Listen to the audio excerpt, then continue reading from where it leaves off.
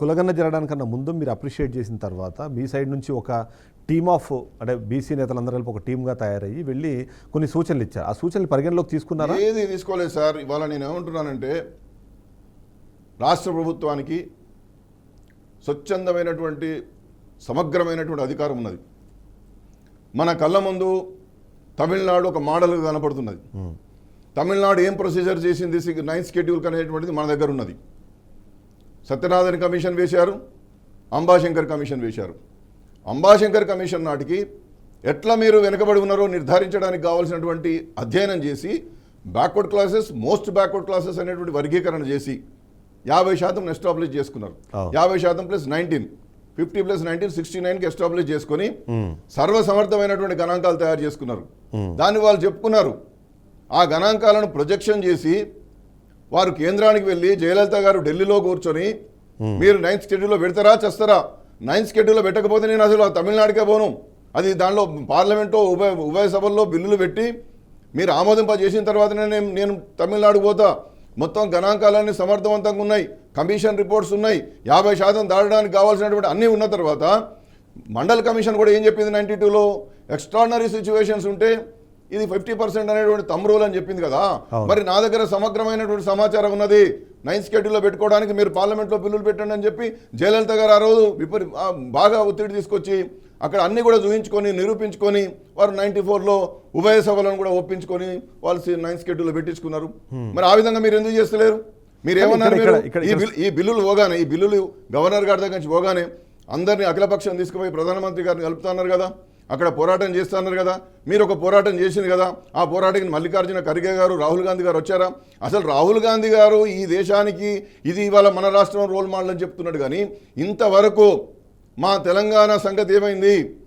అన్ని లెక్కలు కరెక్ట్ చేసారు కదా, 9th షెడ్యూల్లో ఎందుకు పెట్టారని ఏనాడైనా ప్రెస్ మీట్ పెట్టినప్పుడు ఈ తెలంగాణ విషయం వారు ఎప్పుడైనా మాట్లాడినా రోల్ మోడల్ అనే మాట అంటున్న ప్రకారం ఇక్కడ ఉన్న రాజకీయాలు కూడా అలానే ఉన్నాయి. కాంగ్రెస్ పార్టీ నిజంగా ఒక స్టెప్ ముందుకు వేస్తే మీరు అఖిలపక్షం ఎందుకు పిలవలేదు అంటున్నారు, కానీ బట్ అన్ని పార్టీలు కలిసి మీరు చెప్తున్న రోల్ మోడల్ ఏదైతే ఇప్పుడు తమిళనాడుని అనుకుంటున్నామో అదే తరహా రాజకీయాలు చేసే పరిస్థితి మన రాష్ట్రంలో లేదు అన్నదే ప్రతి ఒక్కరు చెప్తుంది. ఎందుకంటే ఏదున్నా సరే రాజకీయాలుగా ఎప్పటికప్పుడు విడిపోతూనే ఉంటారు. పార్టీ అఫిలియేషన్స్ కానివ్వండి, వాళ్ళ ఇంక్లినేషన్స్ కానివ్వండి, వాటి వల్ల ఒక పార్టీ ముందుకెళ్తుందంటే వాటిలో ఉన్న తప్పులు పెంచుతున్నారు తప్ప వాళ్ళని ముందుకు తీసుకెళ్లే ప్రయత్నం చేయట్లేదు అన్నది మరొక ఆరోపణ ఎప్పుడు వినిపిస్తున్నాం. ఏమంటున్నా సార్ అంటే మన ముందు బీహార్ రాష్ట్రం ఉన్నది. నితీష్ కుమార్ గారు కూడా 13.5 కోట్ల జనాభాను 500 కోట్లు పెట్టి దాన్ని లెక్క చేసాడు. అనేకమైన అవస్థలు పడ్డాడు. ప్రతిసారి జరుగుతున్నటువంటి విషయాలను as a head of the Bihar state అన్ని విపక్షాలకు లేఖలు రాసిండు.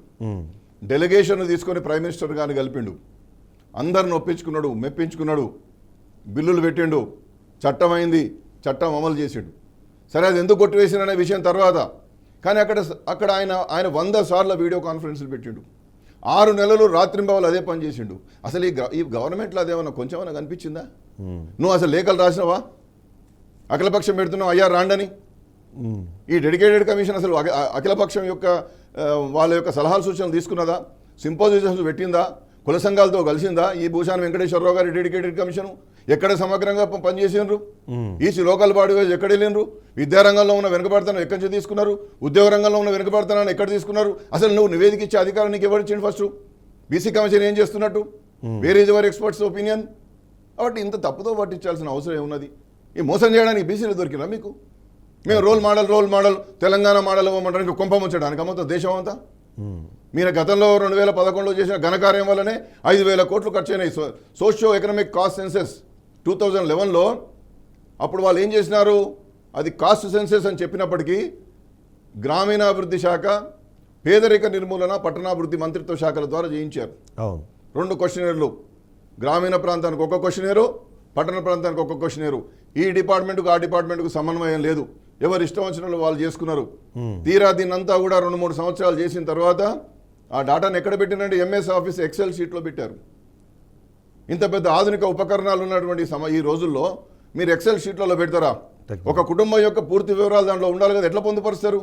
దాన్ని ఎట్లా అంటారు? దాన్ని మాడిఫికేషన్ చేసుకోవడానికి ఎక్సెల్ షీట్లలో పెట్టుకుంటే ఎట్లుంటుంది? అంతే. 45 లక్షల పొరపాట్లు జరిగాయి. కులాల పేర్లు, ఇంటి పేర్లు, గోత్రాల పేర్లు, వంశాల పేర్లు, 45 లక్షల తప్పులు జరిగితే దాన్ని బాగుపరచమని చెప్పి నీతి ఆయోగ్ ఉపాధ్యక్షుడుగా ఉన్నటువంటి అరవింద్ కుమార్ పనగారియా గారిని పెడితే నాతోని కాదు ఇవన్నీ ఎక్కడ చేస్తాం ఈ ఎంఎస్ సెక్షువల్ సీట్లు పట్టుకొని దీంట్లో ఈ తప్పులను నేను ఎట్లా సరిదిద్దగలుగుతా అని చెప్పి ఆయన ఒక్కనాడు కూర్చోలేదు, ఒక మీటింగ్ పెట్టలేదు, ఆ కమిటీ రిపోర్ట్ ఇవ్వలేదు, అది దేనికి పనికిరాదని చెప్పేసి సుప్రీంకోర్టుకు సోషల్ జస్టిస్ మినిస్ట్రీకి సంబంధించినటువంటి సెక్రటరీ గారు సుబ్రహ్మణ్యం గారు అఫిడవిట్ కూడా ఇవ్వడం జరిగింది మహారాష్ట్ర విషయంలో. అంటే 5,000 కోట్లు ప్రజాధనం వృధా చేసి మేము కాస్ట్ సెన్సస్ చేసినామని చెప్పి యూపీఏటోలో చెప్పుకున్నటువంటి మీరు ఎందుకు ప్రకటించలేదు? మీరు ఆనాడు మీరు సెన్సస్ డిపార్ట్మెంట్ ద్వారా ఎందుకు చేయించలేదు? మీరు రూరల్ డెవలప్మెంట్, అర్బన్ డెవలప్మెంట్ మినిస్ట్రీలకు ఏం సంబంధం? ఇవాళ ఈ బీజేపీ ఈ ఎన్డీఏ ప్రభుత్వం సెన్సస్ డిపార్ట్మెంట్ ద్వారా చేయబోతాం అన్నారు.